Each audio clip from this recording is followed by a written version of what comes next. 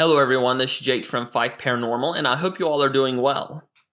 In a few weeks, we will be releasing our second paranormal documentary, The Ghosts of Guilford Courthouse, which is centered around the Revolutionary War Battle of, you guessed it, Guilford Courthouse. Now, there's a lot of backstory to cover leading up to Guilford Courthouse, and in this video, I'm going to talk about the British Southern Campaign of 1779 through 1781. Now, I could spend hours talking about the British Southern Campaign, and I don't plan on talking about the entire campaign in this video, but I'm going to cover some main points. Basically, at this point in the Revolutionary War, 1779, the war in the North is at somewhat of a stalemate. The Americans have just won a huge victory at the Battle of Saratoga and are in the process of convincing the French to join the fight, which they eventually will.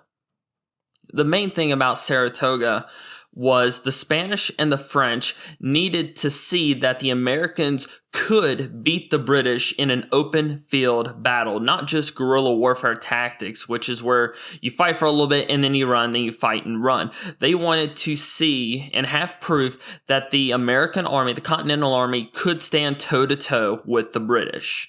And of course at Saratoga, the Americans did, and that got Spain and France involved. So the British started coming up with a new game plan to win the war because Parliament was getting upset. Some of the people back in England were getting upset because it was an unpopular war. In public opinion, it seemed like they were starting to lose. And then also, and more importantly, it was costing the British a lot of money. So General Sir Henry Clinton came up with the idea, or the theory, along with some of his other generals and subordinates, that more than likely the citizens in the southern colonies were loyalists, which meant they were loyal to King George III. And because there had been little action taking place in the southern colonies, talking about Virginia, North Carolina, South Carolina, and Georgia, that if the British invaded, they would see it as more of a liberation instead of an invasion, and they would flock to the British lines. They could take the Carolinas, then Virginia, and just march north with a new, fresh army, and then destroy George Washington and the other American armies that were still in the field. That was the theory. And they had actually tried this in 1776 by trying to siege Charleston, South Carolina, which was the most lucrative port in America at that time. And they failed pretty miserably. It was pretty bad. So General Sir Henry Clinton gathered some of his best troops that hadn't been surrendered at Saratoga, put a whole bunch of new up-and-comers in key leadership roles. These included people such as Lieutenant Colonel Bannister Tarleton, who at this point would have been about 23 years old, as head of a new Loyalist Legion unit of cavalry and infantry called the British Legion. So in 1779, the British invaded the South, and they secured Savannah, Georgia, which was very, very important and was a very, very bloody battle. And then in 1780, they besieged Charleston, South Carolina once again, and they managed this time to actually take it. Now, the plan was, because they had two good footholds in Savannah and Georgia, was they were going to send out these small parties, these small little detachments, mainly of mounted infantry and dragoons, which is basically mounted infantry that could also act as cavalry, out into the back countries of South Carolina, Georgia, maybe a little bit into Florida, and then also North Carolina to, rev up the population to try and get them to join the British side. What ended up happening, however, is that they sparked a civil war. They had disturbed a hornet's nest that they couldn't handle, the Americans couldn't handle, and no one else could handle. You see, the Carolinas were somewhat divided on the whole Revolutionary War thing, South Carolina especially. South Carolina wasn't keen on the whole idea of independence at first.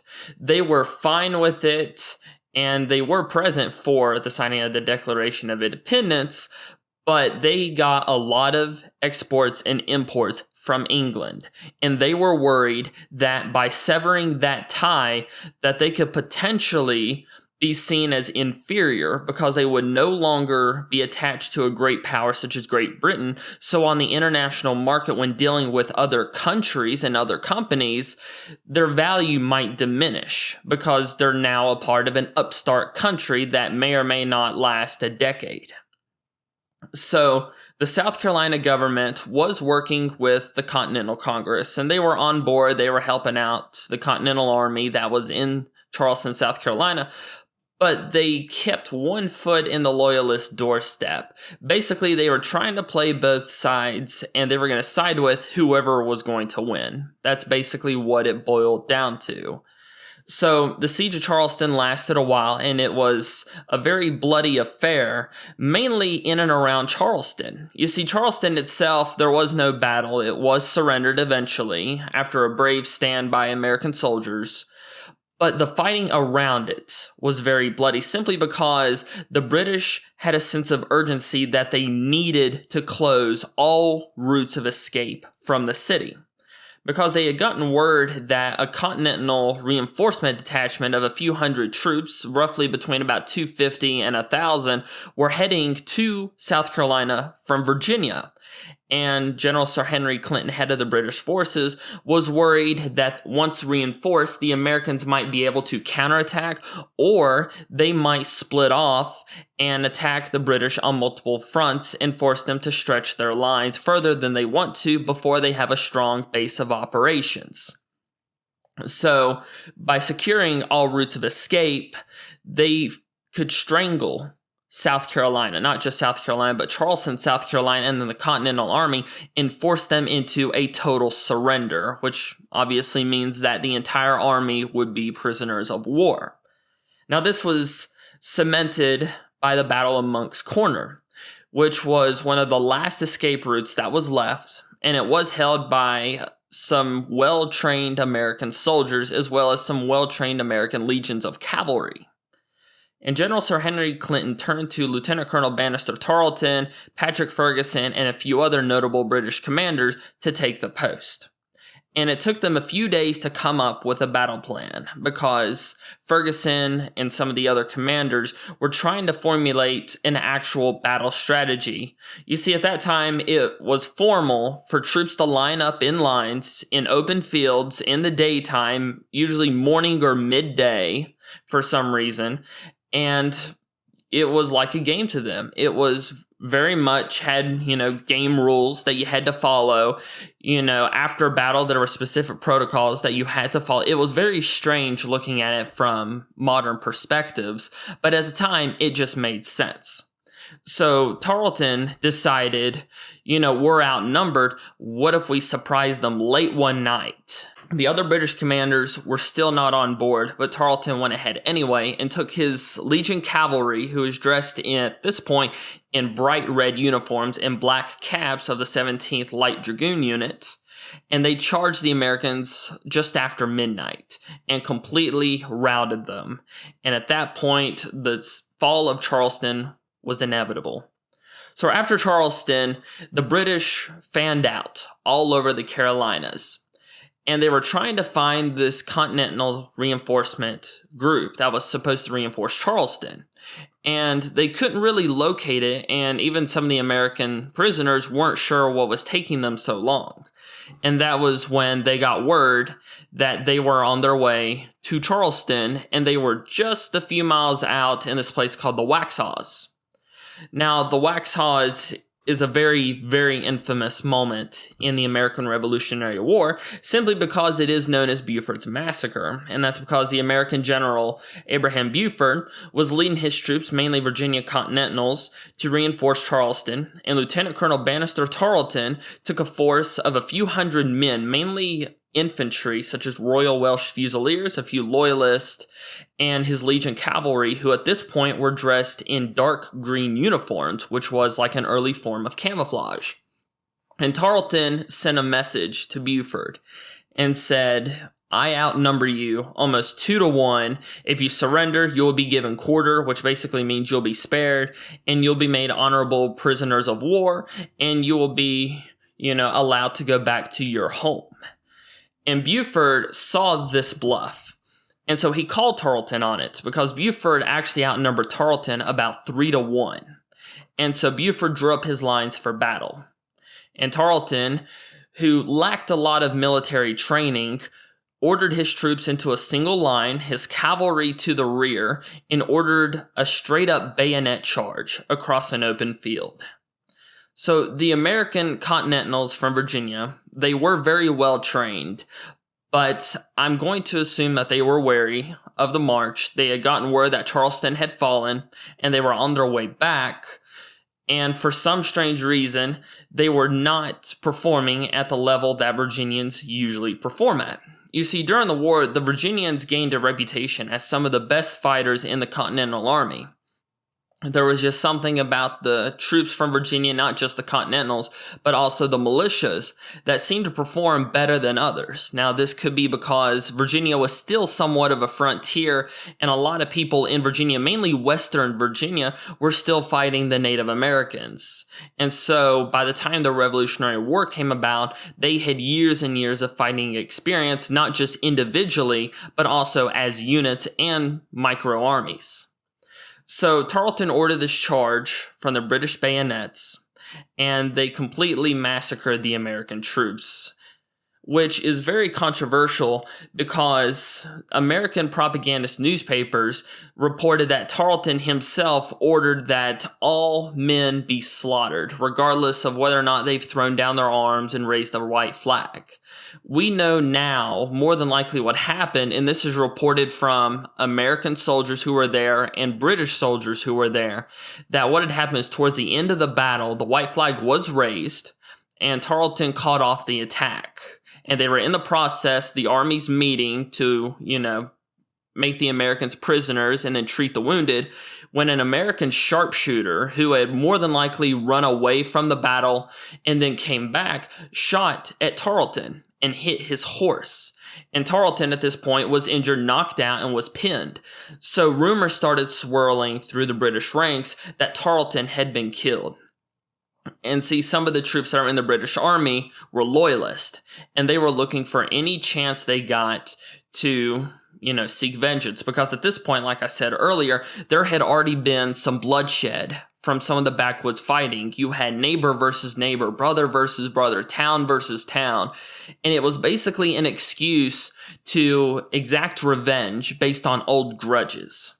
And so the South Carolina loyalists saw this as their first chance to get revenge, get all of their frustrations on the Patriots out. And not just on Patriot, sympathizers or people that they had been neighbors with, but they had a chance to embarrass and defeat the actual army.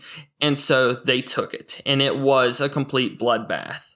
Now, it's important to note after the battle that Tarleton, when he recovered, did give quarter to the remaining prisoners and actually paroled all of them. Now, after Waxhaws, it became very turbulent. You saw the rise of many American militia commanders, mainly partisan leaders such as Thomas Sumter, who was known as the South Carolina Gamecock. You had Andrew Pickens, who is very well known. And then you had probably the most famous of them all, the Swamp Fox, or Francis Marion. Now, the British had their own little partisan units, and what they would do, usually they would have detachments of about 60 to 100 regulars, which meant part of the British Army, fan out from Charleston or Savannah, and they would go to the backwoods and recruit as many people as they could, and their ranks would swell. They would have offshoot little detachments to these, and it was very complex and complicated. Now, the British Army was very formal. You had to follow certain rules, certain etiquettes of war. You also had to treat the population with a sense of respect. No hurting women or children. Don't burn property unless you're attacked, which, that was thrown out the window pretty quickly. But a lot of these partisan units, even some of the regulars, started committing what we would consider atrocities. And so by the time the Americans were able to field another Continental Army, this time which was held by General Gates, who was quote-unquote the hero of Saratoga, even though it was actually Benedict Arnold and Daniel Morgan, by the time the Second Continental Army came down, they walked right into a hornet's nest. And Gates even said that it was an intense situation that would not easily be quelled. So there wasn't another large engagement until the Battle of Camden. And at this point, British General Sir Henry Clinton had sailed back north to New York, his headquarters. And his involvement in the war became very distant. He was more interested in meeting local women in New York, hosting parties, and then also throwing grand parades where he would parade his troops down the streets of New York as a show of power, and then also basically to say, look what I've done, worship me, that kind of stuff, because that's what Henry Clinton did. And he left General Charles Cornwallis in command of the British Southern Campaign. Now, Cornwallis met General Gates at the Battle of Camden, and Congress was very eager to send Gates to South Carolina because they saw him as the hero of Saratoga. And the American newspapers had hailed him as a national hero. And there were even some rumblings, especially from Gates himself, that he should replace General George Washington as commander-in-chief of the American forces. Now, Washington, being the great tactician he was, knew that Gates had stolen credit for Saratoga and that he was an incompetent commander, and he had wanted to send General Nathaniel Greene to the Southern Campaign, but Congress overruled him. So the Battle of Camden is very basic to describe. Basically, Gates overestimated his troops' ability, mismanaged his troops, didn't give them proper training or equipment or food, which this could also be due to the lack of provisions that were in the Camden area, and the Americans were routed from the field. Now, at this point, the British had complete domination of not just Georgia and South Carolina, but they threatened complete control of North Carolina. And George Washington urged Congress to send Nathaniel Greene and basically told them, if we don't send Greene, all might be lost. And so Congress finally sent General Nathaniel Greene to the Southern Campaign. Now, at this point, a lot of the American partisan units, such as Andrew Pickens, Thomas Sumter, and Francis Marion, had spent their years, mainly 1780, disrupting British supply lines, communication, and then tying up a lot of units that could have been used for the main British strategy. You had people like Francis Marion, who would have small bands of between 24 people up to 100 men, and they would cause so much destruction for the British and so many headaches for Cornwallis that he would send units of regulars, up to 500 and 700 men from his main army, to combat these partisans and other patriot uprisings. And these are troops that he desperately needed for his main campaign, because Cornwallis, like most British commanders and like most commanders of the day, did not trust militia. And they did not believe that militia was useful in battle. They believed that at the first volley, the first gunshot, that all the militia would throw down their guns and either surrender or run away and never come back. Or they would run away and join the other side and provide important intel that would lead to their destruction. And that's why militia was held in such low regard.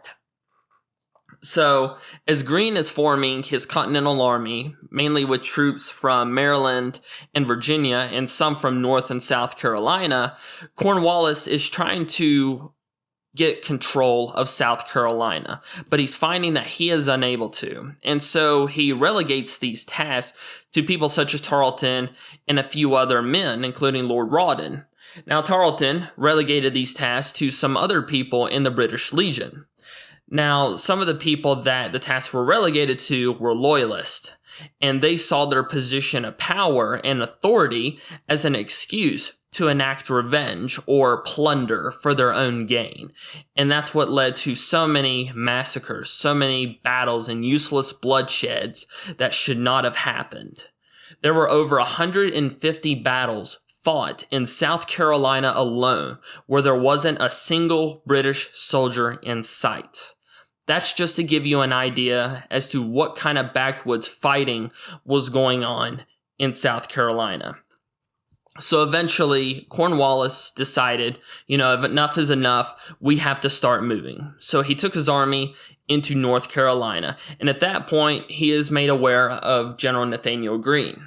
Now, Greene knows that because his army is mainly militia, he can't go toe-to-toe with the British because he saw what happened with General Gates and then also his general knowledge of militia. So he decided to split his army, which is something you usually aren't supposed to do in warfare.